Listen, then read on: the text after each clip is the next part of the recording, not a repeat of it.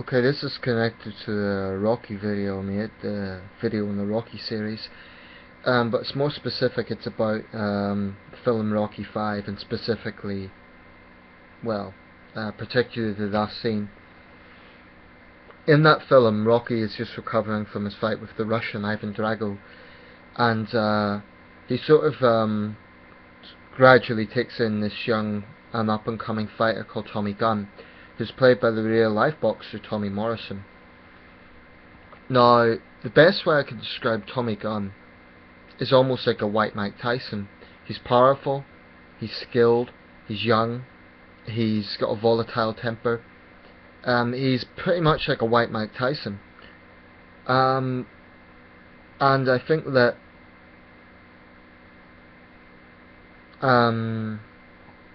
the film actually, if I'm swearing a little bit, I've got a mouth ulcer at the moment, it's a little bit painful on my tongue. But the film raises a lot of interesting things about boxing. Now, just for the record, the film has received quite a lot of slack as being the weakest of the Rocky series. Maybe it is, maybe it isn't, but that is the general consensus. I think it's actually a better film than it gets credit for, but anyway, one of the strong things about the film is it does show the seedy side of boxing. And in the film,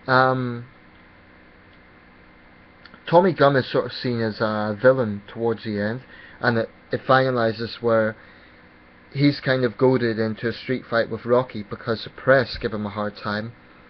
His own team give him a hard time. They say unless he fights Rocky, he'll never get the credit as a fighter that they say deserves, although the press just treat him like shit. And it sort of makes me think, in the real boxing world, the simple reality is, in professional boxing, there are parasites out there. Clearly, Duke in the film is a reference to Don King. And whilst Don King has contributed a lot to boxing and he's put on some huge fights, he has also shamelessly stole and corrupted a lot of young fighters, shamelessly. So there's a lot of parallels in that film to the real world of boxing. So when fans slag it off, even when Sylvester Stallone himself rubbishes it, I think actually the film was good in that regard. I wish Stallone had kept with the alternative ending, which is actually Rocky helping up Tommy after the street brawl. That would have been better than the current cut where he's just sort of dragged away by the police. It's kind of a downer. And I sometimes think, am I one of the only people that actually feel sorry for Tommy? Because you see, he's not really a bad guy. He's volatile, but he's surrounded by the wrong people. And he makes stupid decisions. The character is stupid and reckless. But you see, when he's with Rocky, he's going on the right path. There's one scene, it shows it very briefly, but he sort of respects his opponent in the fight. It sort of gives him a high five, something like that. It gives the impression, it's a very split scene, like we're talking seconds, but it gives the impression that under Rocky he's stable. But you have these very powerful people, and of course they use a bit of arm candy as well. The Danish actress Delia Shepard in the film, she sort of plays this don't know what you would call her really. She's sort of Duke's arm candy, very sexy, beautiful woman, and she sort of seduces him into joining Duke's camp, which is basically like, join us and you'll get the money, you'll get the girls, you'll get all of this. And I think for a lot of professional boxers this is a real trap. I mean, I admit, if I was at that level, if I had the idea of getting lots of money and being surrounded by beautiful women, of course I'd think about it. So it's a real trap for any fighter. But I think that film actually deserves more credit than it gets, because it opens up all these questions. I think I made a video similar to this before, after Tommy Morrison passed away. About Tommy Morrison himself, he was the first real life boxer to star in the series. Antonio Tarver followed him afterwards, but basically Tommy Morrison, in my opinion, was one of the best heavyweights of the 90s.